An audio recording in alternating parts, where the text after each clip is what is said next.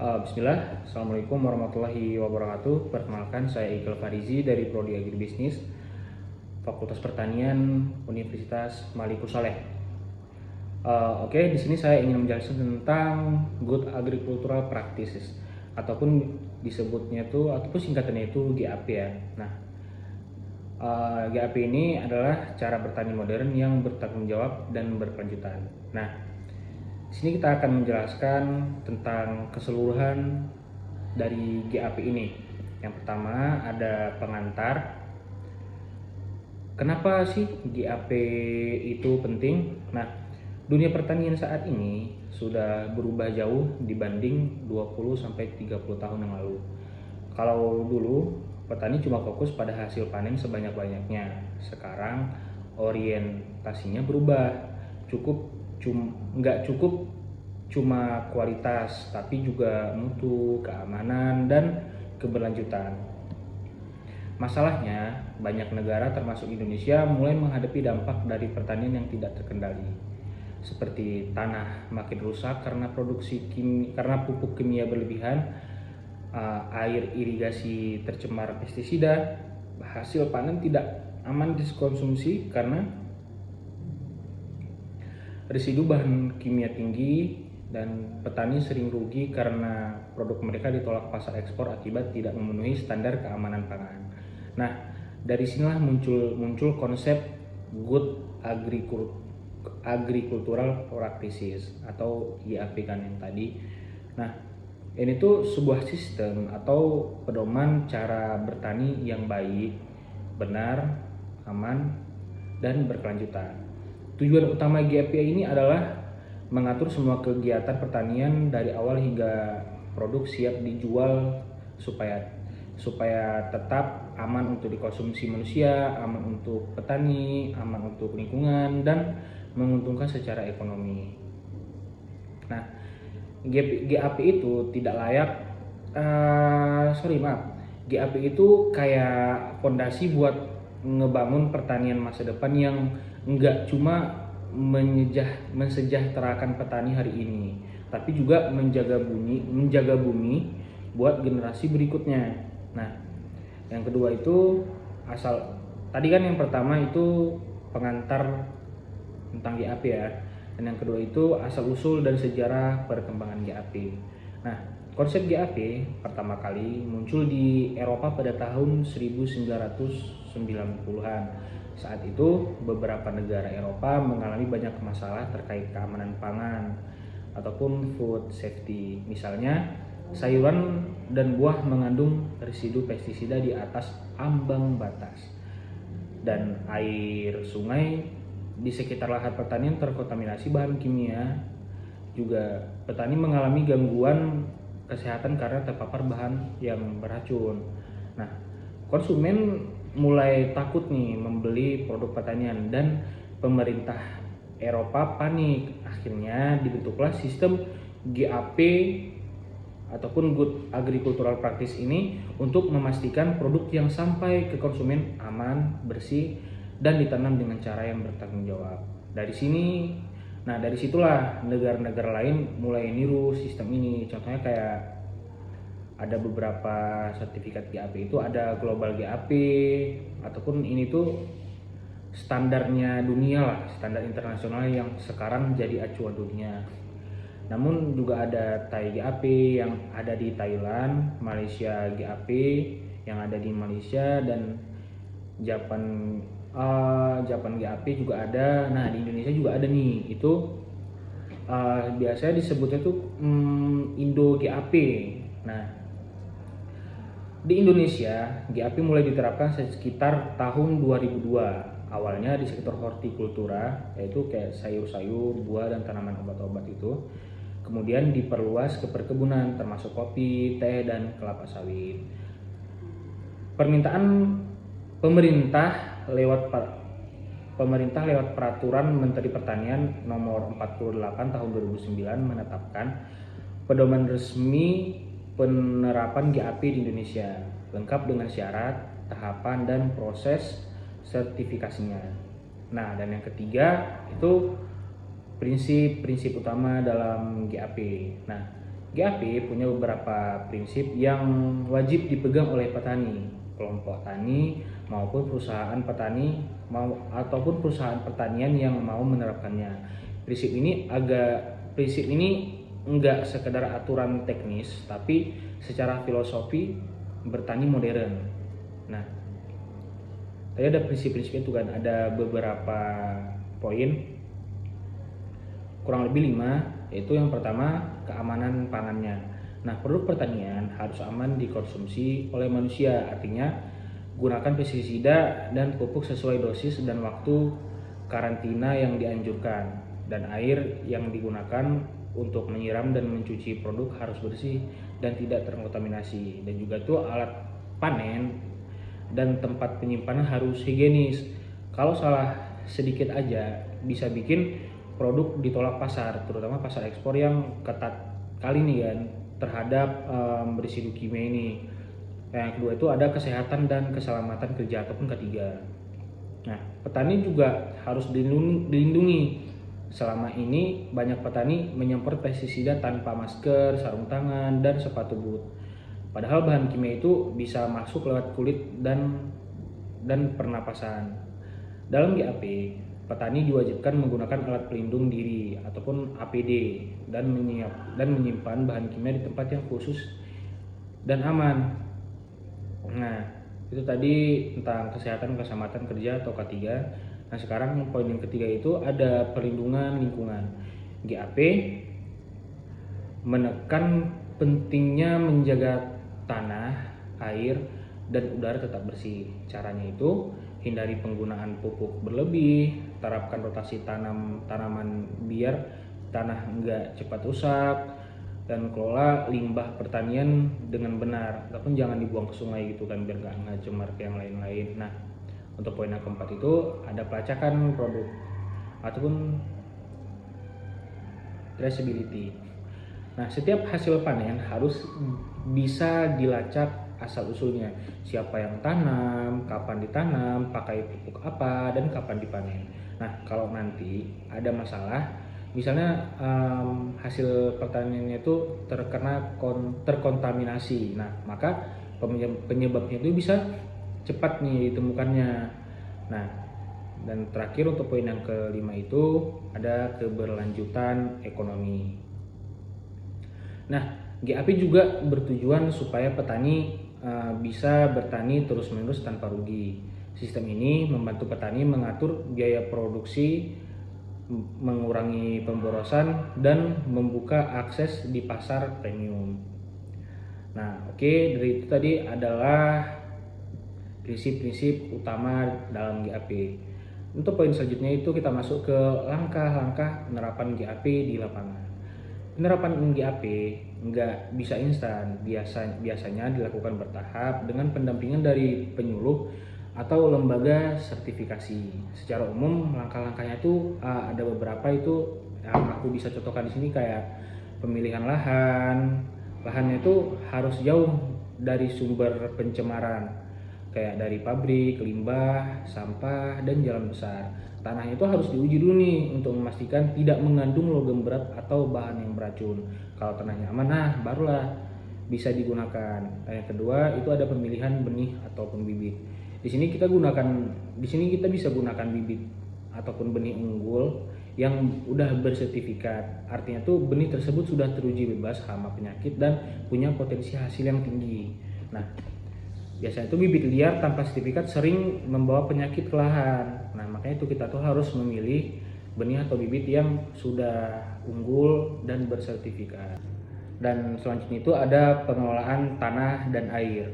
Nah, petani ini wajib mengatur pola tanam, pemupukan, dan irigasi secara efisien. Misalnya, jangan siram berlebihan dan gunakan air bersih. Kalau memungkinkan, airnya diuji kualitasnya secara berkala.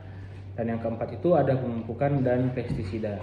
GAP melarang penggunaan pupuk dan pestisida sembarangan. Ada aturan dosis, waktu aplikasi, dan masa jeda panen.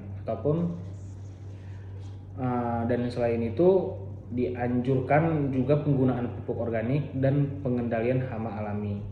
Dan poin yang kelima itu panen dan pasca panen. Saat panen, petani harus memperhatikan kebersihan alat dan wadah panen. Produk yang jatuh ke tanah tidak boleh dicampur dengan produk yang bersih. Setelah panen, produk dicuci, disortir, dikemas, dan disimpan di tempat yang bersih dengan ventilasi yang cukup.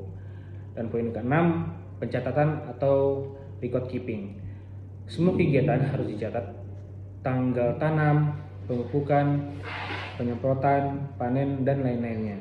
Tujuannya untuk transparansi dan audit sertifikasi. Nah, dan untuk yang kelima itu, poin gede yang kelima kan, itu contoh kasus. Contoh kasusnya itu GAP di kebun kopi Arabica Gayo atau Aceh Tengah. Sekarang kita masuk ke contoh yang nyata. Kita ambil kasus dari daerah tempat saya sendiri, yaitu Takengon, Aceh Tengah, tempat kopi Arabica Gayo berasal. Nah, untuk latar belakangnya itu, beberapa tahun yang lalu banyak petani kopi di Takengon kesulitan menebus pasar ekspor langsung. Alasannya, produk mereka dianggap tidak memenuhi standar GAP internasional, terutama dalam aspek kebersihan pasca panen dan pelacakan asal ataupun traceability tadi kan. Nah, kopi Gayo sebenarnya sudah dikenal di dunia karena aroma dan cita rasanya yang khas. Tapi ketika importir Eropa dan Amerika mulai menerapkan standar global GAP, banyak kopi yang ditolak karena tidak ada catatan lahan dan tanggal panen, fermentasi dilakukan sembarangan, pengeringan di atas tanah terbuka ataupun terkontaminasi debu, dan tidak ada jaminan bebas bahan kimia. Nah, untuk langkah-langkah penerapan GAP-nya itu, akhirnya beberapa kelompok tani seperti Koperasi Permata Gayo, KSU Arinagata, dan Koperasi Kabiki Baburayan mulai menerapkan prinsip GAP. Mereka dibantu oleh Dinas Pertanian dan lembaga sertifikasi seperti Control Union dan Rainforest Alliance.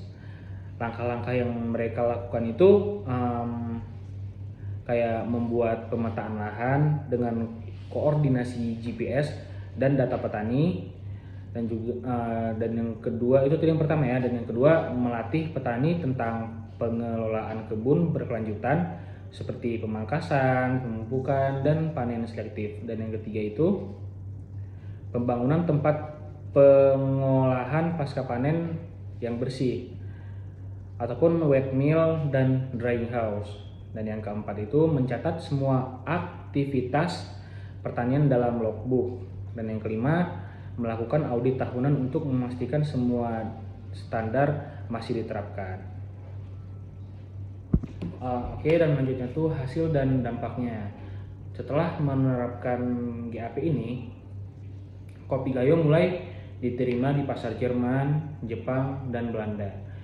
Dan harga jual kopi bersertifikat bisa naik 10-20% lebih tinggi, dan petani lebih sadar nih tentang pentingnya menjaga kebersihan dan kualitas dari kopinya. Dan juga lahan jadi lebih terawat dan produktif jangka panjang. Selain itu, banyak petani yang merasa lebih sehat karena mereka tidak lagi menggunakan pestisida sembarangan dan mulai beralih ke metode organik. Dan poin keenam itu ada contoh studi kasus lain GAP pada petani sayur di Lembang, Jawa Barat. Nah, petani sayur di kawasan Lembang, Bandung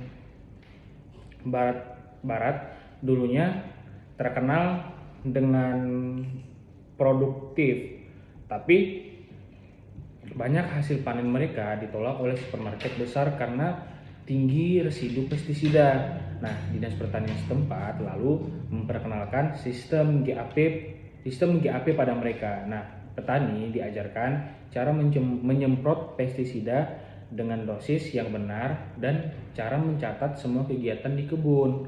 Setelah 2 tahun, hasil yang mereka dapat itu sangatlah luar biasa. Nah, seperti sayurannya lebih bersih, daya simpan lebih lama, diterima oleh supermarket seperti Carrefour dan Hypermart, bahkan sebagian diekspor ke Singapura.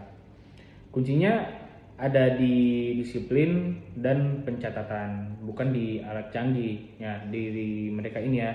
Nah, dan poin ketujuh, manfaat penerapan GAP secara nyata. Dari berbagai kasus di atas bisa disimpulkan beberapa manfaat GAP yang betul-betul dan sangat terasa itu. Yang pertama, produk jadi punya nilai jual yang tinggi. Kayak konsumen itu lebih percaya nih pada produk yang standar GAP.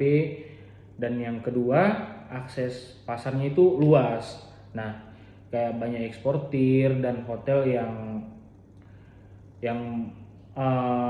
mau beli produk GAP karena aman dan terjamin kan asal usulnya. Dan yang ketiga itu, petani jadi lebih efisien, itu penggunaan pupuk dan pestisida jadi tepat sasaran, nggak boros. Dan yang keempat itu, lingkungan lebih terjaga, tanah tetap subur, air irigasi bersih, dan ekosistem tetap seimbang. Dan juga yang kelima itu, petani lebih sehat ya karena mereka belajar cara kerja aman dan bersih kan. Nah, namun dari manfaat itu tadi, ada nih di poin ke-8 ini kita akan masuk tentang kendala dan tantangan dalam menerapkan GAP ini kan. Nah, untuk menerapkan GAP ini nggak semuanya mulus loh gitu, nggak kayak yang semudah bla bla bla bla tinggal urus nyanyi apa segala macam gitu. Semua juga punya kendalanya itu kan, atau tantangannya. Contohnya kayak penerapan GAP di Indonesia masih menghadapi banyak tantangan, seperti biaya sertifikasi masih cukup mahal untuk petani kecil, jumlah penyuluh pertanian yang bisa dampingi petani masih sedikit, juga banyaknya petani belum terbiasa mencatat setiap kegiatan, dan pasar dalam negeri belum sepenuhnya menghargai produk GAP karena bahkan kadang harganya itu sama kayak produk yang biasa yang nggak pakai sertifikat GAP ini. Nah, namun seiring waktu berjalan, hal ini mulai berubah karena semakin banyak konsumen sadar soal keamanan pangan dan keberlanjutan. Nah, yang terakhir untuk yang kesimpulan besar ini, GAP bukan cuma sekumpulan aturan teknis, tapi cara berpikir baru dalam bertani. Ia mengajarkan bertani itu bukan sekedar menanam dan panen, tapi juga tentang menjaga kualitas, kesehatan, dan bumi. Dengan GAP, petani Indonesia bisa bersaing di pasar dunia tanpa harus mengorbankan lingkungan. Contoh nyatanya seperti kopi gayo dan sayur lembang membuktikan bahwa standar internasional itu bisa dicapai kalau ada kemauan dan pendampingan yang tepat. Bismillah, Assalamualaikum warahmatullahi wabarakatuh. Perkenalkan, saya Iqbal Farizi dari Prodi Agribisnis, Fakultas Pertanian Universitas Maliku Saleh. Oke, di sini saya ingin menjelaskan tentang Good Agricultural Practices, ataupun disebutnya itu ataupun singkatannya itu GAP ya. Nah, GAP ini adalah cara bertani modern yang bertanggung jawab dan berkelanjutan. Nah, di sini kita akan menjelaskan tentang keseluruhan dari GAP ini. Yang pertama ada pengantar. Kenapa sih GAP itu penting? Nah, dunia pertanian saat ini sudah berubah jauh dibanding 20-30 tahun yang lalu. Kalau dulu petani cuma fokus pada hasil panen sebanyak-banyaknya. Sekarang orientasinya berubah.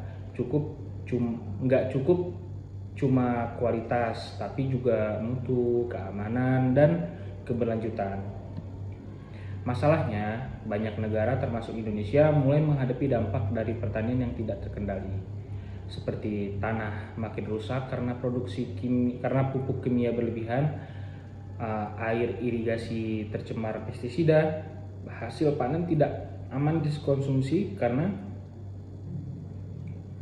residu bahan kimia tinggi, dan petani sering rugi karena produk mereka ditolak pasar ekspor akibat tidak memenuhi standar keamanan pangan.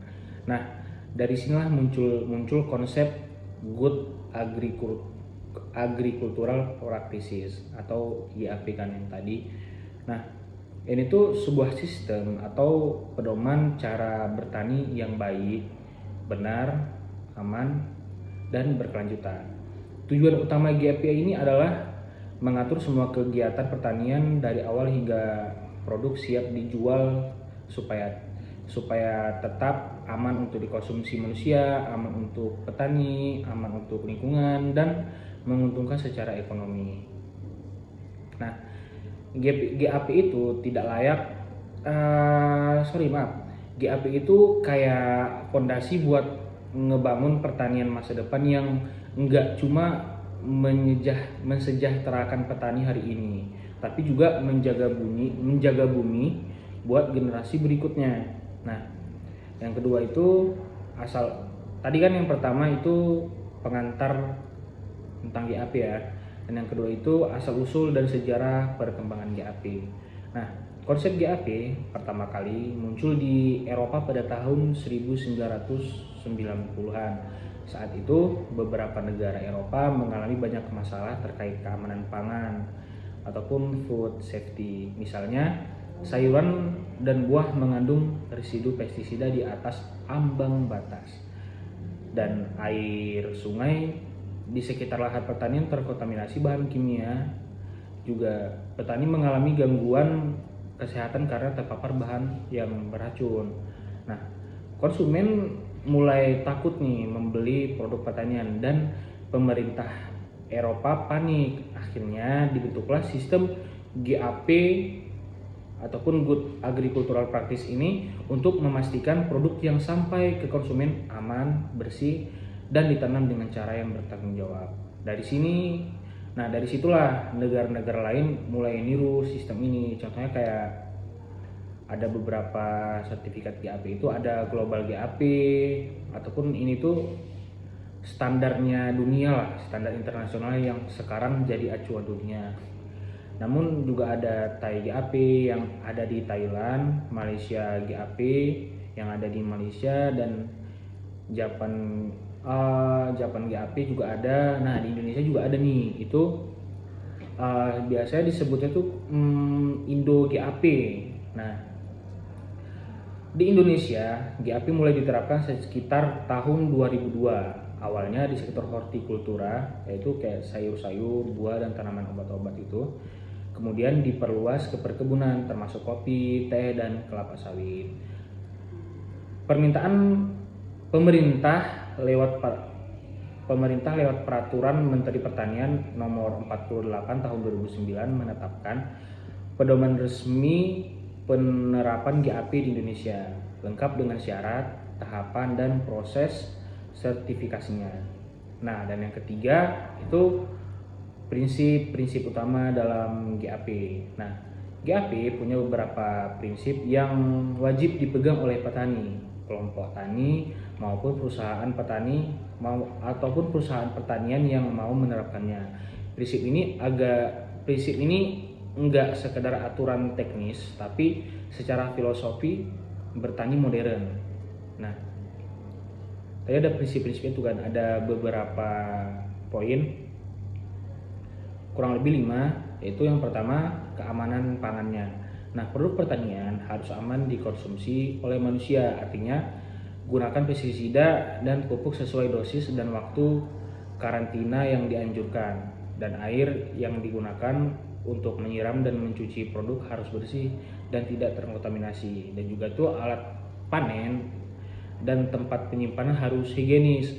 Kalau salah sedikit aja bisa bikin produk ditolak pasar, terutama pasar ekspor yang ketat kali nih kan terhadap residu kimia ini. Yang kedua itu ada kesehatan dan keselamatan kerja ataupun ketiga. Nah, petani juga harus dilindungi. Selama ini banyak petani menyemprot pestisida tanpa masker, sarung tangan, dan sepatu boot. Padahal bahan kimia itu bisa masuk lewat kulit dan pernapasan.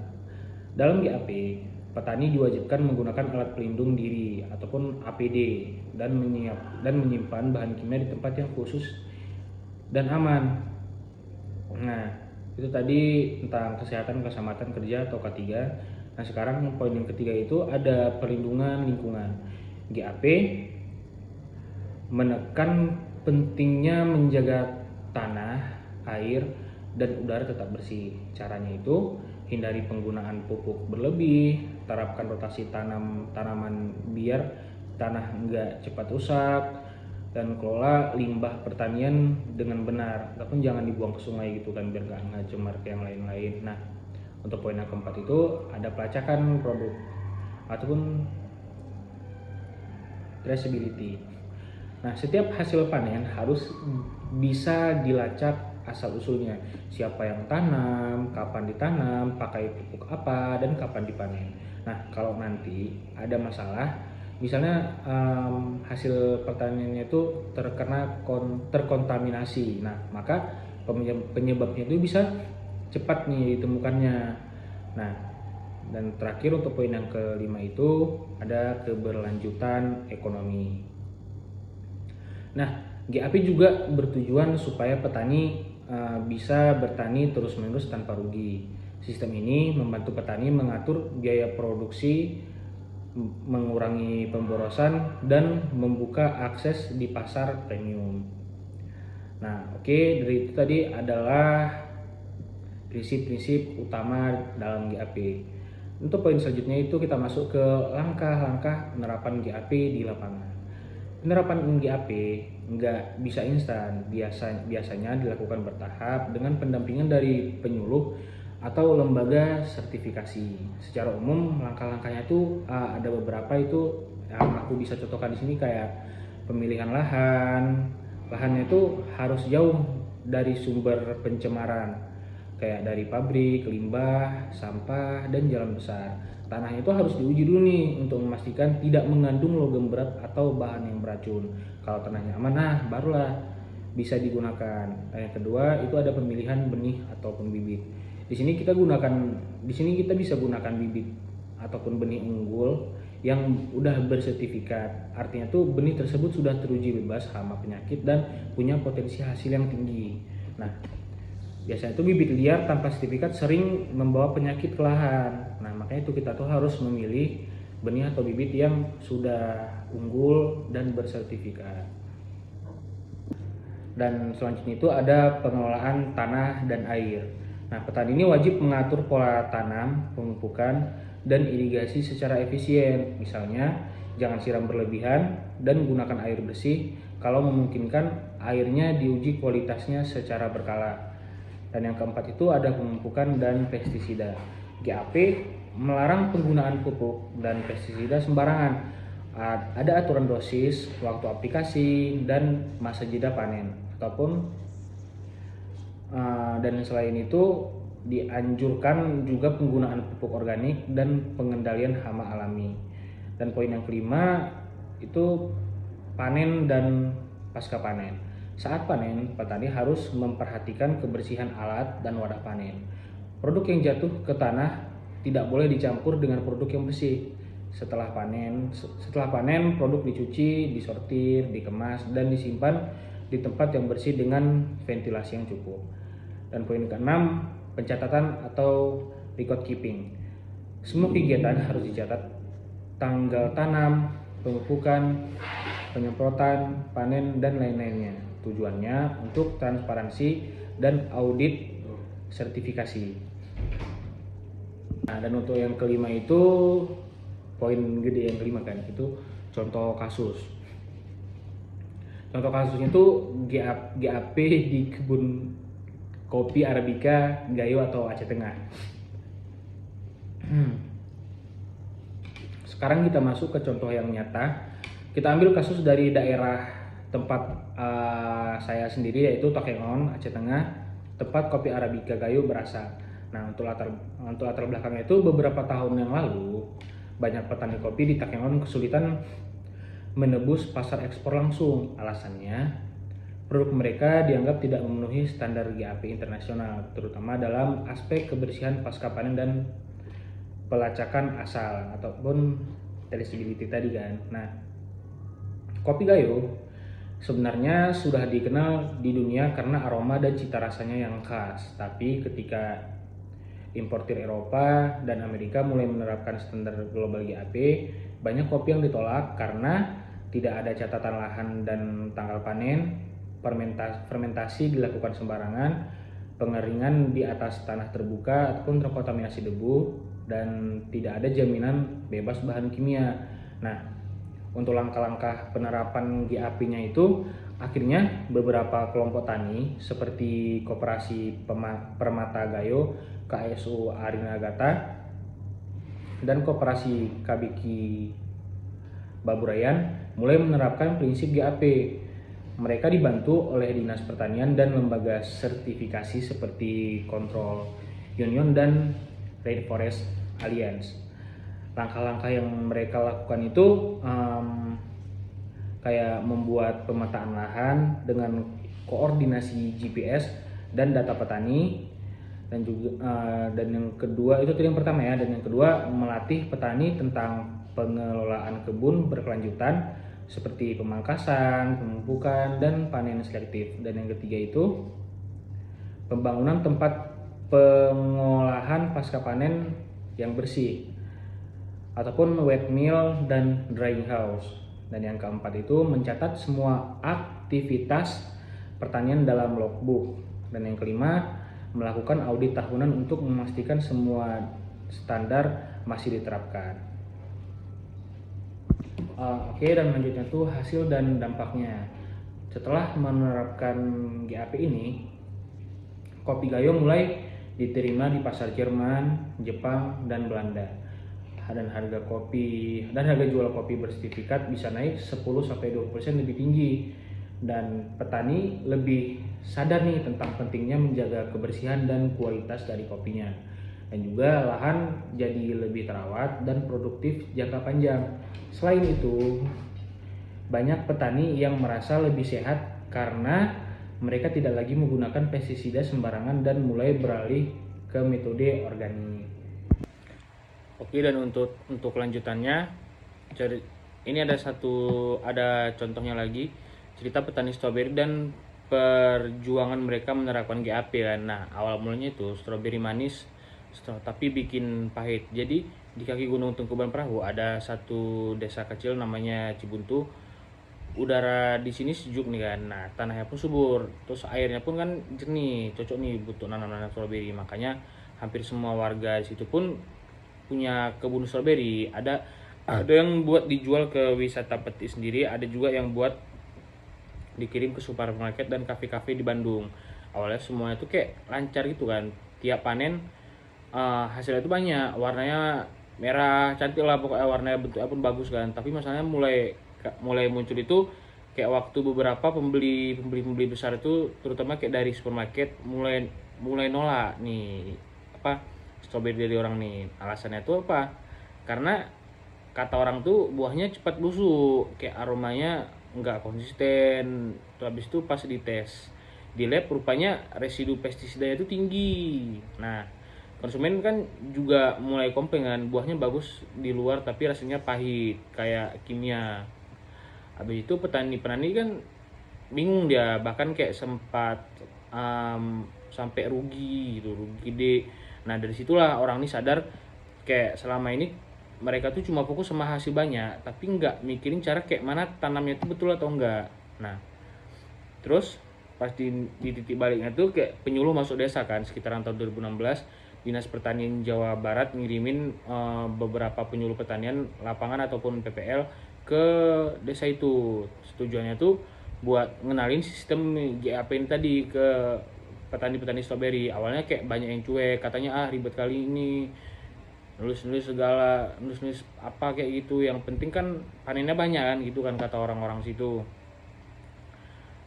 Habis itu tapi habis dijelasin pelan-pelan, habis itu beberapa orang-orang muda di situ kan mulai ngerti kan. Nah, habis itu ada nih satu petani nih yang punya pikiran terbuka lah gitu. Jadi lihat nih kayak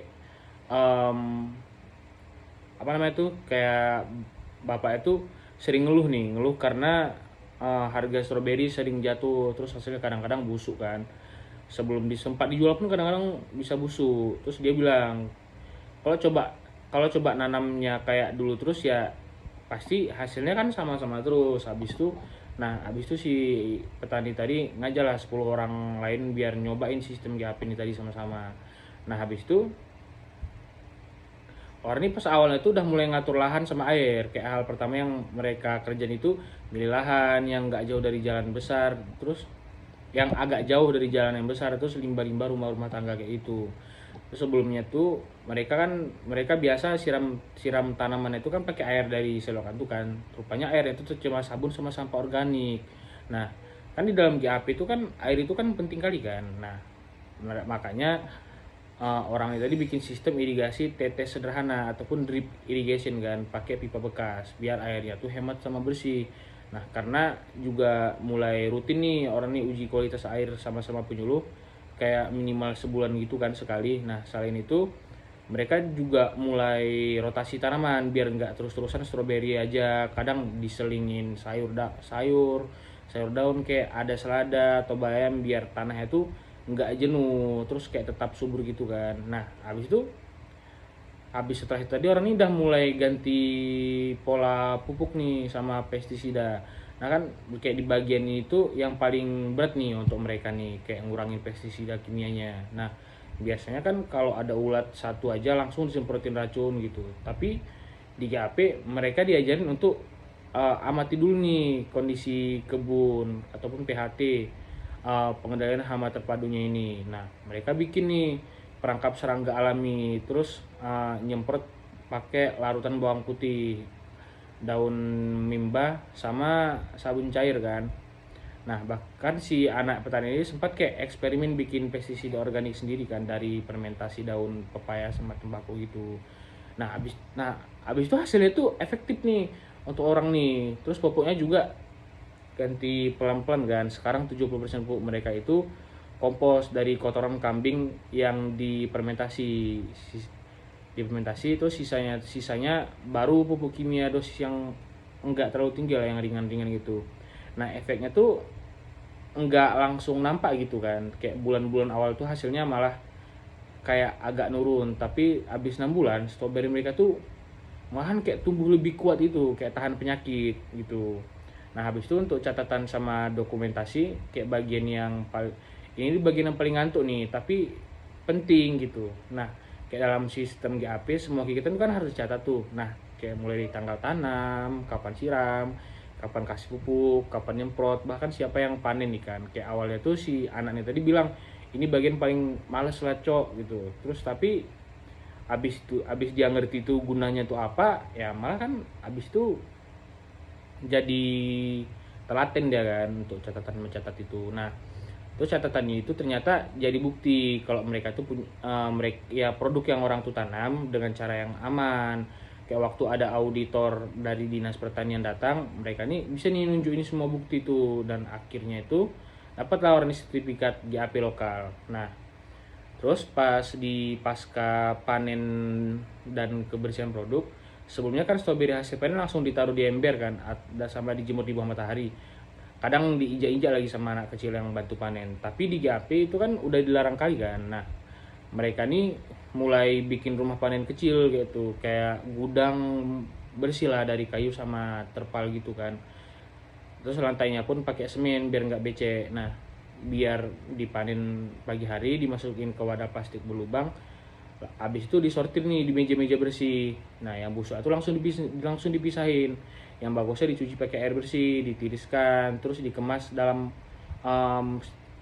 styrofoam kecil-kecil kayak itu. Nah sekarang tiap kemasan orang tuh ada kode batch sama nama petani juga gitu. Jadi kalau ada masalah bisa dilacak dari siapa asalnya. Nah habis itu kan perubahan yang udah terjadi lah selama 2 tahun orang tuh ngejalannya tuh. Nah dalam 2 tahun itu aja sehabis orang nih pakai sistem GAP, hasilnya tuh baru nih mulai kerasa kali gitu. Kayak pertama stroberinya lebih tahan lama. Kalau dulu busuknya kayak 2 hari cuma gitu kan, sekarang bisa tahan sampai 5 hari di suhu kamar ataupun 10 hari di kulkas gitu.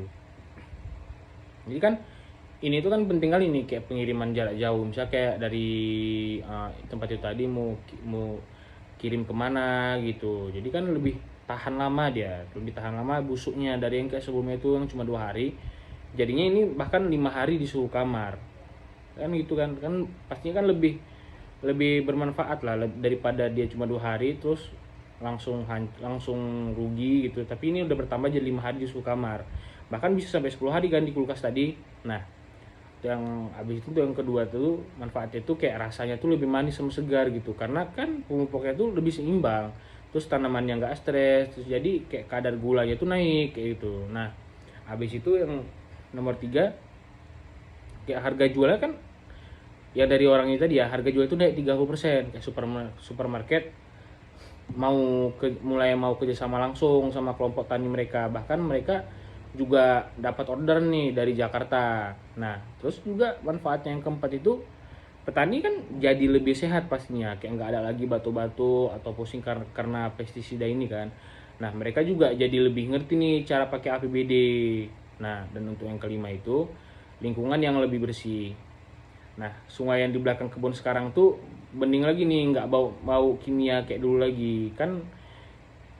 Ya bermanfaat lah orang itu kan, kayak yang dulunya tuh tercemar gitu sungai-sungainya itu, tapi sekarang udah bersih lagi gitu, kayak udah seperti sedia kalanya lah, semana semestinya gitu. Nah, untuk yang ke-8 itu ada nih masalah baru yang mereka hadapi nih. Kayak walaupun udah sukses orang nih kan, bukan berarti kayak tanpa kendala gitu. Nah, ada beberapa hal yang masih mereka ini perjuangin. Contoh kayak biaya GAP masih lumayan tinggi kan kalau tanpa bantuan pemerintah. Terus kayak catatan manual tuh kan mulai susah nih dikelola. Jadi orang ini udah mulai belajar pakai aplikasi nih di HP orang nih gitu. Terus kayak juga pemasaran online kan masih baru mulai nih. Jadi ya mereka tuh masih diandalkan tengkulak kayak gitu. Ya masih mengandalkan tengkulak itu untuk pemasaran online-nya. Tapi kayak seenggaknya sekarang orang ini udah punya nih sistem sama kesadaran baru. Nah, kalau dulu kan setiap gagal panen selalu nyalahin cuaca. Sekarang mereka nih bisa nih analisis sendiri, lebih analisis sendiri lewat data-data yang dari tanamannya itu. Nah, terus ada kayak efek ke masyarakat sekitarnya itu ya kan, karena hasil mereka ini lebih bagus kan, desa tetangga pun orang-orang itu kan penasaran orang ini kan. Jadi kayak sekarang di satu kecamatan itu aja udah ada lebih sekitaran 50 petani yang ikut pelatihan GAP ini. Terus mereka ini bikin koperasi kecil itu buat bareng-bareng jual hasil panen. Di koperasi ini juga bantu atur kemasan, promosi, dan pembagian jadwal tanam biar stoknya stabil. Terus mereka juga kerjasama sama hotel di Bandung buat suplai buah-buah segar orang ini kan. Nah, lucunya tuh banyak nih wisatawan yang datang ke desa itu sekarang. Lucunya tuh kayak banyak nih wisatawan yang datang ke desa itu kayak bukan cuman untuk petik stroberi ini tahu. Kayak tapi orang itu juga belajar nih sama sistem pertanian yang bersih. Kayak desanya malah dijadikan contoh oleh pemerintah di provinsi itu.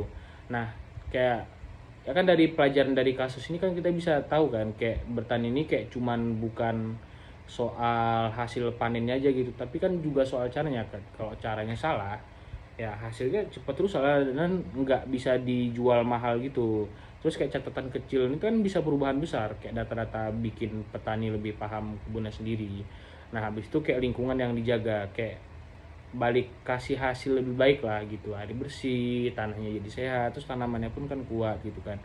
Terus yang keempat itu ada kolaborasi, itu penting, kayak nggak mungkin petani jalan sendiri, perlu penyuluh, koperasi, bahkan pembeli yang mau bantu gitu.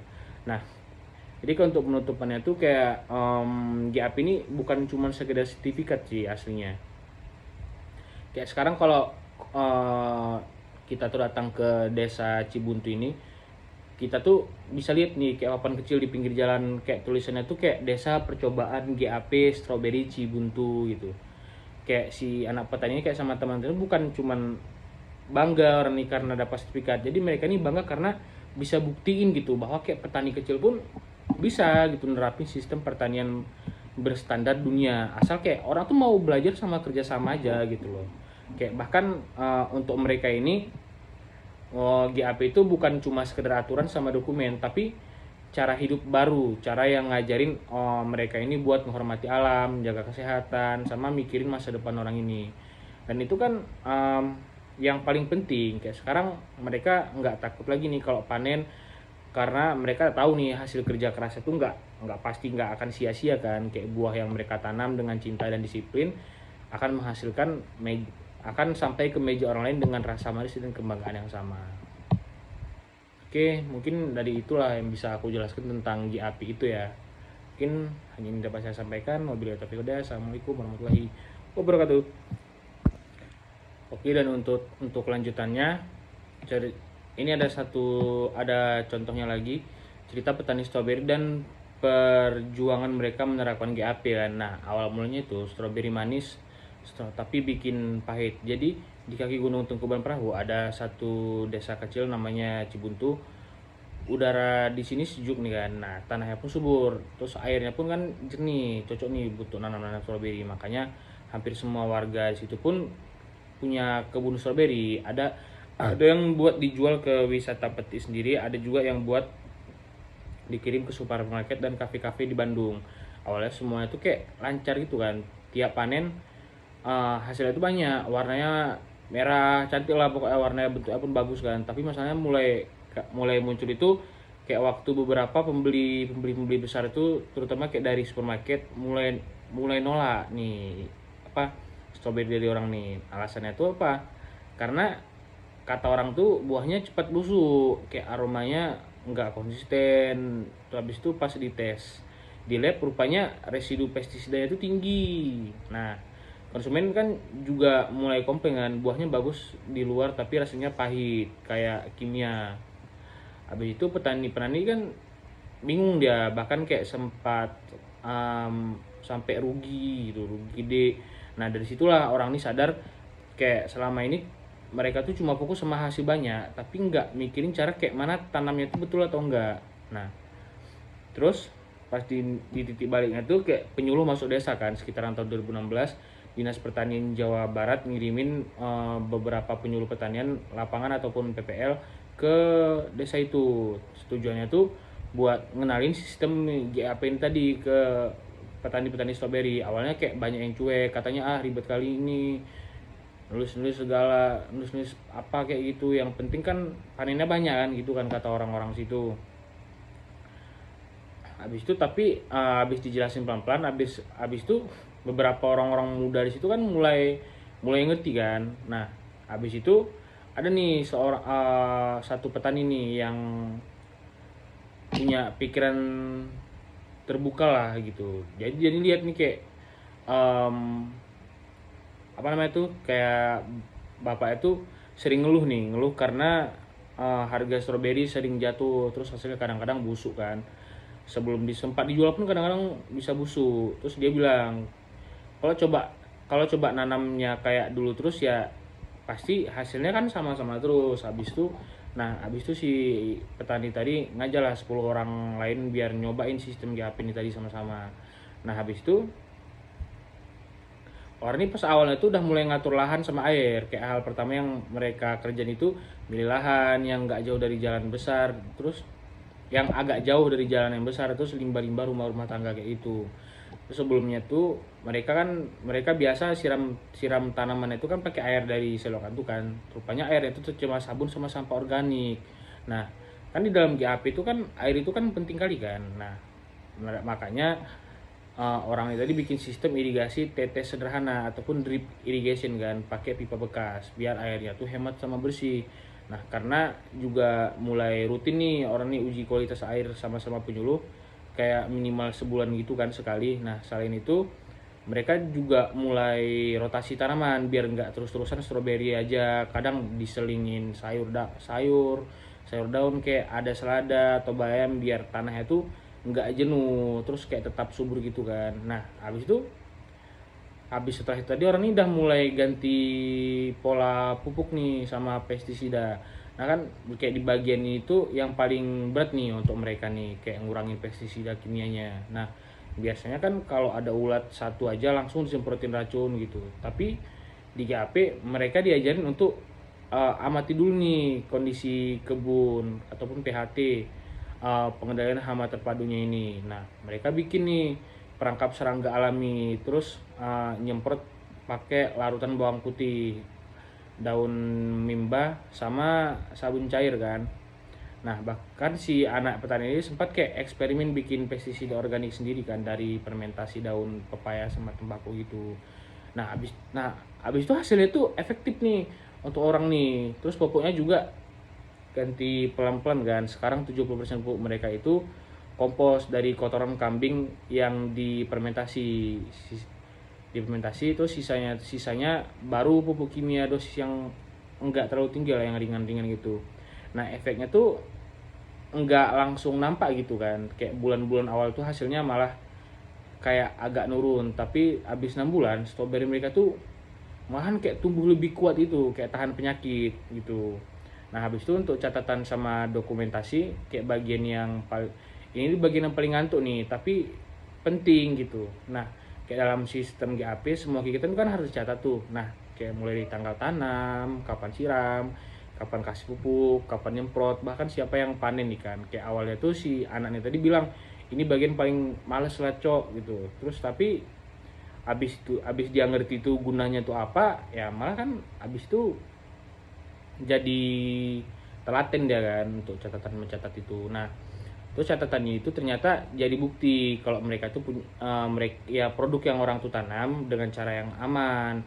Kayak waktu ada auditor dari Dinas Pertanian datang, mereka nih bisa nih nunjukin semua bukti tuh, dan akhirnya itu dapat lawaran sertifikat GAP lokal. Nah, terus pas di pasca panen dan kebersihan produk, sebelumnya kan stroberi hasil panen langsung ditaruh di ember kan, sama dijemur di bawah matahari. Kadang diinjak-injak lagi sama anak kecil yang bantu panen. Tapi di GAP itu kan udah dilarang kali kan. Nah, mereka nih mulai bikin rumah panen kecil gitu, kayak gudang bersih lah dari kayu sama terpal gitu kan.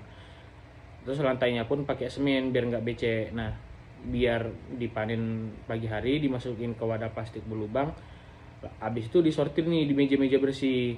Nah, yang busuk itu langsung dipisahin, yang bagusnya dicuci pakai air bersih, ditiriskan, terus dikemas dalam um, styrofoam kecil-kecil kayak itu. Nah, sekarang tiap kemasan orang tuh ada kode batch sama nama petani juga gitu. Jadi kalau ada masalah bisa dilacak dari siapa asalnya. Nah, habis itu kan perubahan yang udah terjadi lah selama 2 tahun orang tuh ngejalannya tuh. Nah, dalam 2 tahun itu aja sehabis orang nih pakai sistem GAP, hasilnya tuh baru nih mulai kerasa kali gitu. Kayak pertama stroberinya lebih tahan lama. Kalau dulu busuknya kayak 2 hari cuman gitu kan, sekarang bisa tahan sampai 5 hari di suhu kamar ataupun 10 hari di kulkas gitu. Jadi kan ini tuh kan penting kali nih, kayak pengiriman jarak jauh, misalnya kayak dari tempat itu tadi mau kirim kemana gitu. Jadi kan lebih tahan lama, lebih tahan lama busuknya dari yang kayak sebelumnya itu yang cuma 2 hari. Jadinya ini bahkan 5 hari di suhu kamar kan gitu kan pastinya kan lebih bermanfaat lah daripada dia cuma 2 hari terus langsung rugi gitu. Tapi ini udah bertambah jadi 5 hari di suhu kamar, bahkan bisa sampai 10 hari kan di kulkas tadi. Nah, yang habis itu yang kedua tuh manfaatnya tuh kayak rasanya tuh lebih manis sama segar gitu, karena kan pupuknya tuh lebih seimbang, terus tanamannya nggak stres, terus jadi kayak kadar gulanya tuh naik kayak gitu. Nah, habis itu yang nomor 3, kayak harga jualnya kan ya dari orang ini tadi ya, harga jual itu naik 30%. Kayak supermarket mulai mau kerjasama langsung sama kelompok tani mereka, bahkan mereka juga dapat order nih dari Jakarta. Nah, terus juga manfaatnya yang keempat itu, petani kan jadi lebih sehat pastinya, kayak nggak ada lagi batu-batu atau pusing karena pestisida ini kan. Nah, mereka juga jadi lebih ngerti nih cara pakai APBD. Nah, dan untuk yang kelima itu lingkungan yang lebih bersih. Nah, sungai yang di belakang kebun sekarang tuh bening lagi nih, nggak bau kimia kayak dulu lagi kan. Ya bermanfaat lah orang itu kan, kayak yang dulunya tuh tercemar gitu sungai-sungainya itu, tapi sekarang udah bersih lagi gitu, kayak udah seperti sedia kalanya lah, semana semestinya gitu. Nah, untuk yang ke-8 itu ada nih masalah baru yang mereka hadapi nih, kayak walaupun udah sukses orang nih kan, bukan berarti kayak tanpa kendala gitu. Nah, ada beberapa hal yang masih mereka ini perjuangin. Contoh kayak biaya GAP masih lumayan tinggi kan kalau tanpa bantuan pemerintah. Terus kayak catatan manual itu kan mulai susah nih dikelola. Jadi orang ini udah mulai belajar pakai pakai aplikasi nih di HP orang nih gitu. Terus kayak juga pemasaran online kan masih baru mulai nih. Jadi ya mereka tuh masih diandalkan tengkulak kayak gitu. Ya masih mengandalkan tengkulak itu untuk pemasaran online-nya. Tapi kayak seenggaknya sekarang orang ini udah punya nih sistem sama kesadaran baru. Nah, kalau dulu kan setiap gagal panen selalu nyalahin cuaca. Sekarang mereka nih bisa nih analisis sendiri, lebih analisis sendiri lewat data-data yang dari tanamannya itu. Nah, terus ada kayak efek ke masyarakat sekitarnya itu ya kan, karena hasil mereka ini lebih bagus kan, desa tetangga pun orang-orang itu kan penasaran orang ini kan. Jadi kayak sekarang di satu kecamatan itu aja udah ada nih lebih sekitaran 50 petani yang ikut pelatihan GAP ini. Terus mereka ini bikin koperasi kecil itu buat bareng-bareng jual hasil panen. Kayak koperasi ini juga bantu atur kemasan, promosi, dan pembagian jadwal tanam di biar stoknya stabil. Terus mereka juga kerjasama sama hotel di Bandung buat suplai buah-buah segar orang ini kan. Nah, lucunya tuh, banyak nih wisatawan yang datang ke desa itu sekarang. Lucunya tuh kayak banyak nih wisatawan yang datang ke desa itu kayak bukan cuman untuk petik stroberi ini tahu. Kayak tapi orang itu juga belajar nih sama sistem pertanian yang bersih. Kayak desanya malah dijadikan contoh oleh pemerintah di provinsi itu. Nah, kayak ya kan dari pelajaran dari kasus ini kan kita bisa tahu kan kayak bertani ini kayak cuman bukan soal hasil panennya aja gitu, tapi kan juga soal caranya kan. Kalau caranya salah ya hasilnya cepat rusak dan nggak bisa dijual mahal gitu. Terus kayak catatan kecil ini kan bisa perubahan besar, kayak data-data bikin petani lebih paham kebunnya sendiri. Nah, habis itu kayak lingkungan yang dijaga, kayak balik kasih hasil lebih baik lah gitu, air bersih, tanahnya jadi sehat, terus tanamannya pun kan kuat gitu kan. Terus yang keempat itu ada kolaborasi, itu penting. Kayak nggak mungkin petani jalan sendiri, perlu penyuluh, koperasi, bahkan pembeli yang mau bantu gitu.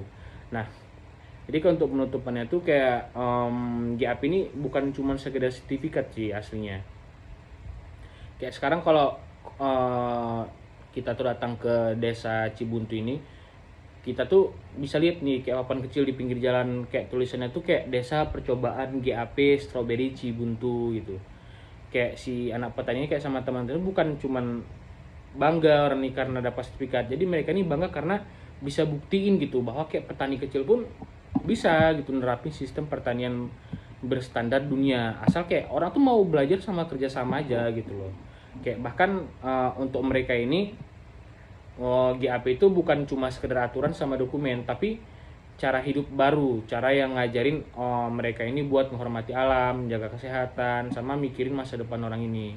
Dan itu kan yang paling penting. Kayak sekarang mereka nggak takut lagi nih kalau panen, karena mereka tahu nih hasil kerja keras itu nggak pasti nggak akan sia-sia kan. Kayak buah yang mereka tanam dengan cinta dan disiplin akan menghasilkan akan sampai ke meja orang lain dengan rasa manis dan kebanggaan yang sama. Oke, mungkin dari itulah yang bisa aku jelaskan tentang GAP itu ya.